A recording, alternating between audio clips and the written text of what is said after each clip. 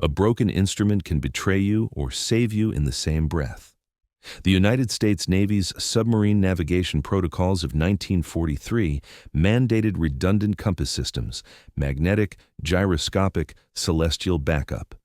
When one failed, procedure required immediate abort or surface verification, except when radio silence was absolute and the patrol area was already deep in enemy-controlled waters. This isn't fiction. This is what happens when the machinery meant to keep you invisible becomes the thing that makes you lost. The stakes here aren't about technology.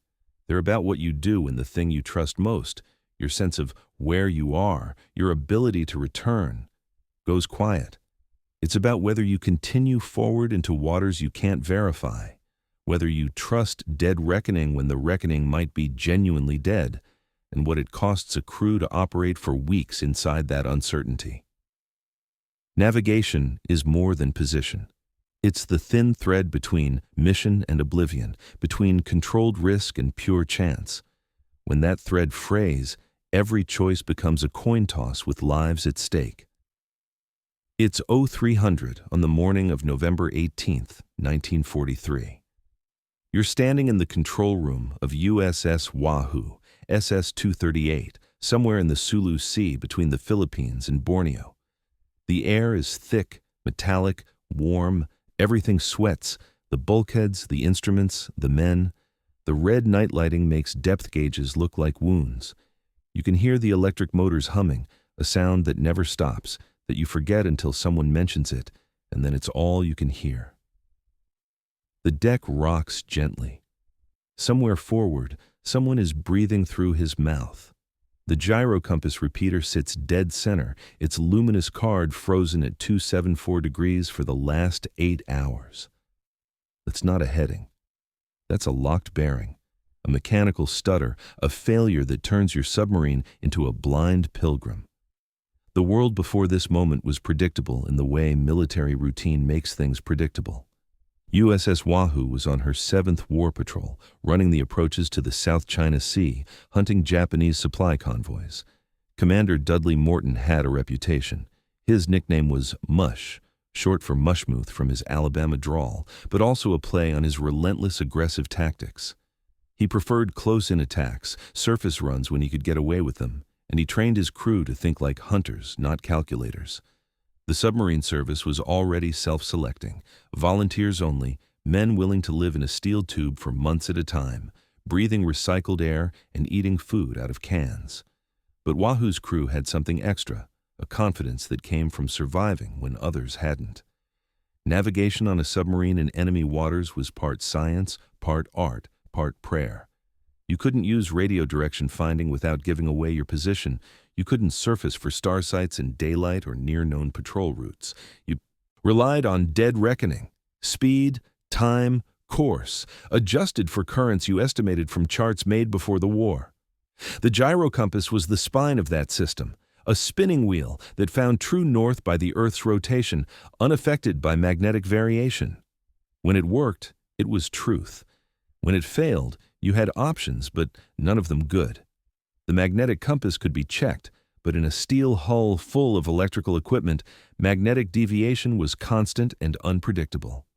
Celestial navigation required surfacing at dawn or dusk, the most dangerous times, and even then you needed a clear horizon. And in the Sulu Sea in November, with monsoon weather rolling in, clear horizons were a gift, not a given. The gyrocompass started drifting on November 16th. Small at first, a degree here, 2 there. Lieutenant Richard O'Kane, the executive officer, noticed it during an afternoon navigation check. He reported it to Morton, and Morton made the call. Press on. They were 11 days into patrol, deep in the Sulu Sea with radio silence in effect, and intelligence had indicated a major convoy assembling near Palawan. Aborting meant a 5-day run back to Fremantle, a failed patrol, and losing the only narrow window before the monsoon season shut down operations entirely. So they continued. O'Kane broke out the backup procedures, more frequent magnetic compass checks, more careful plotting, a standing order to surface briefly each night for star sites if weather allowed. By November 17th, the gyrocompass was useless. It still spun, still glowed, but the card was locked. The ship's electrician, a torpedo man striker named Forrest Sterling, spent 6 hours in the cramped compartment behind the conning tower, lubricating bearings, checking circuits, testing the power supply. Nothing. The mechanism had failed in a way that looked fine but gave no usable information. It was the navigational equivalent of a clock that runs but tells the wrong time. Dead reckoning without a gyrocompass is like walking in fog with a broken watch. You can count your steps, estimate your speed, guess at obstacles, but you're compounding errors with every hour. A current you didn't account for pushes you east. A helmsman who holds course a half degree off adds up mile after mile. The charts themselves were old, some from Dutch surveys in the 1920s, others from British Admiralty records that predated the First World War. Reefs moved, shoals appeared, islands were sometimes a mile from where the chart said they should be. By the morning of November 18th, O'Kane estimated their position as 12 miles southeast of Apo Island, headed northwest toward the Mindoro Strait. But he marked the plot with a circle of uncertainty 15 miles wide. That circle encompassed safe water, known minefields, uncharted reefs, and Japanese-controlled harbors. Morton studied the chart in the wardroom, smoking a cigarette, saying nothing. The crew could feel it. Submariners are sensitive to command mood the way miners are sensitive to air quality. Uncertainty spreads. The daily routine continued because routine is what holds a submarine together. Watch rotations every 4 hours, hot meals twice a day. The chief of the boat inspected bunks and spaces, making sure no one was letting things slide. In the forward torpedo room, 6 Mark 14 torpedoes sat in their tubes, another 16 racked behind them. Men slept between the torpedoes, draped over them like laundry, because there was nowhere else to sleep. The smell was hydraulic fluid, sweat, diesel residue, and something metallic that might have been fear or might have been the boat itself. You stopped noticing after a week. Morton made a decision. If they couldn't navigate precisely, they'd navigate generally and rely on opportunity. Instead of hunting the predicted convoy route, they'd drift northwest slowly, staying submerged during the day, surfacing at night to charge batteries and grab star sights if the clouds broke. It was passive hunting. It meant waiting. Submariners hated waiting more than they hated depth charges. The sonar operator sat in the sound shack behind the control room, headphones pressed against his skull, listening to the ocean. Sonar in 1943 was primitive, passive listening, no active pinging, just the ability to hear screws turning, hulls moving, distant thunder that might be depth charges or might be a reef breaking. A good sonar operator could tell the difference between a fishing boat and a destroyer, between a whale and a submarine, between imagination and truth. But it required silence. The boat ran at creep speed, 2 knots, barely enough for steerage, because any faster and the sound of their own passage drowned out everything else. On the afternoon of November 18th, the sonar operator picked up screw noise, faint, rhythmic, distant. He called it to the con. Morton and O'Kane bent over the plot, multiple contacts bearing roughly north-northwest, range maybe 20,000 yards, 10 miles. The sound signature suggested merchantmen, not warships, slow, steady, predictable, a convoy. Here's what complicates it. They didn't know if they were where they thought they were. If O'Kane's plot was right, the convoy was headed toward the Mindoro Strait and would pass within 5 miles. If the plot was off by 10 miles east, they were about to listen to a convoy pass safely out of range. If the plot was off west, they might already be inside the convoy's escort screen, about to be detected. Morton ran the numbers. At creep speed, they could close the range in 3 hours and still have daylight for a periscope approach. At full speed, they could intercept in 90 minutes but would make enough noise to alert every escort in the area. He chose the middle path, increase speed to 4 knots, close to 8,000 yards, then slow and wait for the convoy to come to them. The control room atmosphere changed. Men moved quietly, efficiently, no wasted motion. The chief of the boat passed the word, rig for silent running, rig for depth charge. That meant securing anything that could rattle, closing watertight doors, checking air manifolds, making sure the bilges were dry. It meant psychological preparation, too, getting your mind ready for the possibility that in an hour you'd be 300 feet down with destroyers overhead, hoping the hull held. O'Kane took star sights that night when they surfaced briefly. The clouds had broken enough to see Rigel and Betelgeuse. He shot the angles, ran the calculations, and replotted their position. The fix put them 6 miles east of his dead reckoning estimate. 6 miles, enough to mean the difference between intercepting the convoy and missing it entirely. He showed Morton the new position. Morton nodded, said nothing, and adjusted course 2 degrees west. The human cost of navigating by estimation shows up in small ways. Men check the chart more often, even though the chart hasn't changed. They ask each other what depth they're at, even though the gauge is right there. They become polite, excessively so, because politeness is a way of managing fear without naming it. "Would you mind checking the trim, sir?" instead of "check the trim." "I believe we're at 40 meters instead of 40 meters. Language becomes formal when the situation becomes uncertain. The torpedo data computer, the mechanical calculator that turned bearing, range, speed, and angle into a firing solution, sat in the conning tower. It was a beautiful piece of machinery, gears, cams, dials, all working together to solve the problem of how to make a moving torpedo hit a moving target from a moving platform. But it required accurate input. If the submarine's speed was wrong, the solution was wrong. If the target's course was estimated poorly, the torpedoes missed. And if you didn't know exactly where you were, you didn't know the geometry of the approach. By 1600 hours, the convoy was close enough for periscope observation. Morton raised the scope for 6 seconds, the standard length for a quick look, short enough to avoid detection. He saw smoke first, then masts, then hulls. 5 merchantmen in 2 columns, with at least 2 escorts visible on the flanks. He lowered the scope, called out bearings, and O'Kane plotted them. The convoy was on a course of 285 degrees, speed roughly 8 knots. They were headed toward the Mindoro Strait, exactly as intelligence had predicted. Except they were supposed to be 40 miles north of here. This is the moment where the broken compass delivered its gift. If the gyro compass had been working, Wahoo would have been on station exactly where O'Kane had originally plotted, 40 miles north, waiting for a convoy that wasn't there.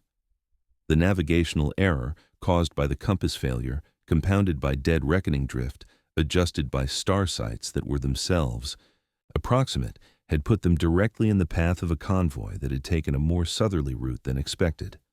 Pure accident. Pure luck. The kind of luck that feels like providence until you remember that luck doesn't distinguish between sides. Morton made his approach from the south, positioning Wahoo between the convoy and the afternoon sun so the periscope would be harder to spot. He planned a spread of 4 torpedoes at the lead ship, a large transport that looked like it was carrying troops or heavy equipment riding low in the water. The torpedo solution required estimating the target's speed visually, watching how fast the bow wave moved, how quickly the ship crossed the periscope's reticle. O'Kane and the quartermaster called out angles. Morton refined the solution, feeding numbers into the TDC, waiting for the geometry to align. At 17:15, he fired. Tube 1, 2, 3, 4 in 8-second intervals. The submarine shuddered slightly with each release, losing 4,000 pounds of weight in 30 seconds. The torpedoes ran at 46 knots, depth set for 10 feet, magnetic exploders armed. The crew counted seconds.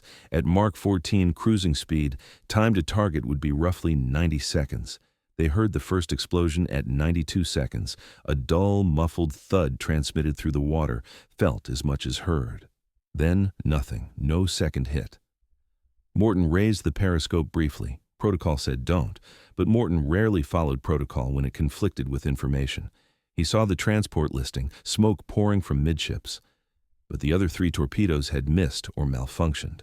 The Mark 14 torpedo had a failure rate that submariners bitterly joked about, exploders that didn't explode, depth controls that ran too deep, steering mechanisms that sent torpedoes in circles. Wahoo had just fired 4 fish and scored 1 hit. Standard odds. The escorts reacted. 2 destroyers broke formation and began a search pattern, moving fast, zigzagging, their sonar pinging actively. The sound of active sonar is distinct, a sharp, percussive chirp like metal striking metal underwater. It means they're looking for you. It means they know approximately where you are and they're refining the estimate. Morton took Wahoo deep. Take her down to 200 feet, rig for depth charge, rig for silent running. The submarine angled down, the deck tilting, men grabbing handholds. At depth, the water pressure squeezed the hull, making it creak and groan. Rivets popped occasionally, just the metal adjusting, but it sounded like the hull was tearing. Everyone had heard stories of submarines that imploded, crushed by pressure when they went too deep, or when depth charges cracked the hull integrity. Those stories were popular because they were short. The first depth charge detonated at 1743, high and to starboard. The explosion was a physical blow, a hammer strike transmitted through the water. The lights flickered. Dust rained from the overhead. Someone's coffee mug fell and shattered. The second charge was closer, close enough that the rudder jammed momentarily, close enough that the air itself seemed to compress. Men stood at their stations, hands on valves and wheels, breathing slowly, deliberately, trying not to use oxygen faster than necessary. Depth charging is a waiting game. The escorts didn't know exactly where Wahoo was. They were dropping charges in a pattern, hoping to get lucky or force the submarine to move and give away its position. Morton's job was to stay quiet, stay deep, and outlast them. He ordered the boat trimmed perfectly neutral, no up or down angle, no movement that would create noise. The crew shut down everything non-essential, ventilation, cooling pumps, even the gyro that wasn't working anyway. The temperature climbed, the air grew stale. Men sat on the deck conserving energy, waiting. The attack lasted an hour and 17 minutes, 32 depth charges total, according to the count kept by the chief of the boat, who marked each one on a tally sheet as if he were keeping score at a baseball game. None hit close enough to cause serious damage, but the cumulative effect was exhausting. The human body isn't designed to be repeatedly concussed by underwater explosions. It produces a kind of jangled fatigue, a wired exhaustion where your muscles are rigid, but your thoughts scatter. By 1900 hours, the pinging stopped. The escorts gave up and returned to the convoy, which had scattered and was now reforming further north. Morton waited another 30 minutes, then slowly brought Wahoo to periscope depth. The sea was empty. Twilight was settling, the sun a red smear on the western horizon. He surfaced the boat, cracked the hatch, and let fresh air flood the compartments. Men breathed deeply, gratefully, silently. That night, they assessed damage. Minor leaks in the after battery compartment, a cracked pressure gauge, the gyro compass still dead. O'Kane took another round of star sights and updated the plot. They were now roughly 18 miles west of where he'd estimated they'd be after the depth charging. The current had pushed them, or his earlier fix had been off, or both. Morton decided to stay in the area. Intelligence had been right about the convoy. There might be more. The next 2 days followed a similar pattern. Hunt, drift, listen. They avoided the main shipping lanes because without a working gyro compass, precise navigation was impossible. They couldn't risk running into a minefield by accident. They couldn't execute complex approach maneuvers that required exact course keeping. So they hunted opportunistically, letting the ocean bring targets to them. On November 20th, they intercepted a small tanker escorted by a single patrol boat. Morton sank the tanker with 3 torpedoes, 1 hit, 2 misses, again the grinding frustration of unreliable weapons. The patrol boat dropped 10 depth charges, none close, and gave up quickly. On November 21st, they sighted another convoy, 7 ships heavily escorted, but Morton decided not to attack. The geometry was wrong, the escorts too alert, and without reliable navigation, he couldn't set up the kind of approach that would give Wahoo a fighting chance. The hidden dimension here is about acceptable risk versus reckless risk. Morton had a reputation for aggression, but aggression and recklessness aren't the same thing. Aggression meant pressing attacks when others would have aborted. Recklessness meant ignoring facts that couldn't be ignored. The broken gyro compass was a fact. It constrained what was possible. Morton adapted. He didn't pretend the constraint didn't exist and he didn't rage against it. He worked within it. But there was a cost. The crew felt it, a low-grade anxiety that settled over the boat like humidity. You couldn't trust your position. You couldn't trust the charts. You couldn't trust that the course you were steering was the course you thought you were steering. It made every decision provisional, every plan tentative. It wore on men in ways that depth charges didn't, because depth charges ended. Uncertainty didn't. By November 23rd, they'd been on patrol 17 days. Food was still adequate but monotonous. Fresh water was rationed. The air smelled like 50 men who hadn't showered in 2 weeks. Tempers were shorter. Small disputes became large ones. The chief of the boat spent half his time mediating arguments about trivial things, whose turn it was to sleep in the one halfway comfortable bunk, who had borrowed someone's cigarettes without asking whether the coffee tasted worse this week or last week. Morton called a meeting in the wardroom, officers only. O'Kane, the chief engineer, the torpedo officer, the communications officer. He laid out the situation. They'd sunk 2 confirmed ships, possibly 3. They'd expended 12 torpedoes. They had 10 remaining. The gyrocompass was beyond repair without dry dock facilities. Radio intelligence indicated increased Japanese anti-submarine patrols in the area, likely a response to Wahoo's attacks. The monsoon weather was worsening. The question was whether to continue the patrol or head home. O'Kane argued for continuing. They still had torpedoes. They were in a target-rich environment, and the broken compass was a nuisance, but not a mission killer. The engineer disagreed. The compass failure was symptomatic of broader maintenance issues. The boat needed refit. Continuing risked not just getting lost, but breaking down in enemy waters. The torpedo officer sided with O'Kane. The communications officer abstained. Morton listened, asked questions, smoked another cigarette. Then he made the call. 1 more week. They'd hunt the southern approaches to the Mindoro Strait, where navigation was simpler, coast on one side, deep water on the other, and where convoys had to pass through a relatively narrow channel. If they found targets, they'd engage. If not, they'd head home by November 30th. What Morton didn't say, but what everyone understood, was that this decision had less to do with tactics and more to do with morale. Submarine patrols are psychological endurance tests. Men need to feel that the risks they're taking matter, that the discomfort and danger are producing results. Going home early with torpedoes unexpended felt like failure, even if it was the prudent choice. Staying gave the crew a sense of purpose, a reason to tolerate another week of bad air and worse coffee. The weather turned on November 24th. Squalls rolled through, low visibility, heavy seas. Surface running was miserable. Wahoo pitched and rolled, green water breaking over the conning tower, men on the bridge lashed to the rail to keep from being swept overboard. Submerged running was better, but the rough surface conditions made periscope observation difficult. Morton kept the boat deep during the day, surfaced only at night to charge batteries. On November 27th, the weather cleared. They were positioned roughly 15 miles west of Buswanga Island, running submerged at 60 feet, listening. The sonar operator picked up heavy screw noise, bearing 045, range indeterminate. Morton brought the boat to periscope depth. What he saw was the largest convoy they had encountered, at least 10 ships, possibly 12, with escorts front, rear, and flanking. A major supply convoy, the kind that represented weeks of logistical planning, carrying fuel, ammunition, equipment, possibly reinforcements for the Philippine garrison. The problem was position. The convoy was too far north, and the geometry of the approach would require Wahoo to surface run at high speed to get ahead of it, then submerge and set up for attack. Surface running in daylight in waters with active air patrols was borderline suicidal. But letting the convoy pass was unacceptable.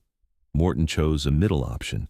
He'd surface run briefly, just long enough to close the range to 8,000 yards, then submerge and hope the convoy's course brought it within range. It was a gamble. It depended on the convoy not changing course, on the escorts not spotting Wahoo's periscope, on the torpedo data computer producing a solution from incomplete information. They surfaced at 1420. All 4 diesels roared to life, black smoke pouring from the exhausts. Wahoo surged forward, plowing through the swells, making 20 knots. The bridge watch scanned the horizon with binoculars, looking for aircraft. The convoy was visible now, gray hulls against gray water, smoke rising from funnels. 10 minutes of surface running, that was the limit. Any longer and they'd be spotted. At 14:30, Morton took the boat down. They'd closed the range to 7,500 yards. The convoy was on a steady course, speed 9 knots. O'Kane worked the plotting table, calculating intercept. Points. The torpedo officer prepped tubes 1 through 6. Morton raised the periscope, took bearings, lowered it. Raised it again, refined the solution, lowered it. The TDC clicked and whirred, gears meshing, solving the geometry of intercept. At 15:03, Morton fired a spread of 6 torpedoes at the 2 lead ships in the convoy. The firing sequence took 40 seconds. Wahoo immediately went deep, turning away, clearing the area before the escorts could react. The crew counted. At 90 seconds, the first explosion. At 105 seconds, the second. At 130, a third. 3 hits, possibly 4. The sound of explosions underwater can blend together, making exact counts difficult. The depth charge attack that followed was the heaviest they had experienced. The escorts knew the attack bearing and concentrated their effort, 47 charges over 2 hours. Some were close enough to crack paint off the bulkheads, to shatter light bulbs, to spring leaks that required emergency repair. One charge detonated directly above them at a depth shallow enough that the explosion felt like a sledgehammer against the hull. Men prayed, swore, sat rigid. The chief of the boat walked through the compartments, calm, methodical, checking pressure gauges, tightening valve packings, offering quiet reassurance. By 17:15, the attack ended. Wahoo was still intact, still operational. They'd sprung a dozen small leaks, lost lighting in the forward torpedo room, and the port shaft was vibrating in a way that suggested bearing damage. But they were alive. Morton surfaced after dark, surveyed the damage, and decided, patrol over. They'd head home. The transit back to Fremantle took 8 days. They navigated by magnetic compass, star sights, and dead reckoning, cross-checked against coastal landmarks when they could identify them. O'Kane's plots were large circles of uncertainty, but the circles got smaller as they moved into familiar waters. On December 5th, they made landfall at the northwest coast of Australia. On December 7th, they tied up at the Submarine piers in Fremantle. The patrol report listed 2 confirmed sinkings, 3 probables. Post-war records would confirm 3 sinkings, 1 damaged. The gyrocompass failure was noted as a mechanical casualty requiring depot-level repair. The patrol was rated successful. But the real story, the one that didn't make it into official reports, was about navigation as faith. When you lose the instrument you trust, you're forced to rely on older, cruder methods. You take more sightings, plot more carefully, second-guess every estimate. You become humble about what you know. And sometimes the humility is what saves you, because you're forced to be more cautious, more attentive, more willing to adapt when the situation changes. The broken compass didn't lead Wahoo to the convoy. The broken compass led Wahoo to be somewhere other than where they planned to be, and that somewhere happened. To be where the convoy was. The difference matters. One is magic. The other is the ordinary chaos of war, where mistakes and equipment failures produce accidental advantages, and where the skill isn't in avoiding problems, but in adapting when problems arrive. The crew learned something that patrol. They learned that you can operate without certainty if you compensate with care. They learned that the machinery serves you. You don't serve the machinery. And they learned that sometimes the thing that seems like disaster, the compass that stops working, the plan that falls apart, is just the world's way of offering a different path. Morton would take Wahoo on one more patrol. On October 11, 1944, Wahoo was declared lost with all hands, sunk in the La Pérouse Strait between Hokkaido and Sakhalin. Post-war records suggest she was caught by a Japanese patrol aircraft and depth-charged until her hull failed. 80 men died. The patrol with the broken compass was Wahoo's next-to-last successful mission. The submarine service remembers Wahoo as one of the most aggressive boats of the war, but the men who served on her remember something more specific. They remember the patrol where nothing worked right, where the instruments failed and the charts were wrong and the weather was terrible, and they still found the convoy. They remember it as the patrol where luck looked like skill and skill looked like luck, and where the boundary between the two dissolved in the red-lit dimness of a control room somewhere in the Sulu Sea. What remains is the image, a man bent over a chart table in the wardroom, plotting circles of uncertainty, trusting math and instinct in equal measure. A gyro compass that spins but doesn't guide, a crew that adapts because adaptation is the only option, and a convoy that steams into the path of a submarine that shouldn't have been there, wouldn't have been there, except for the broken thing that made them lost enough to be found.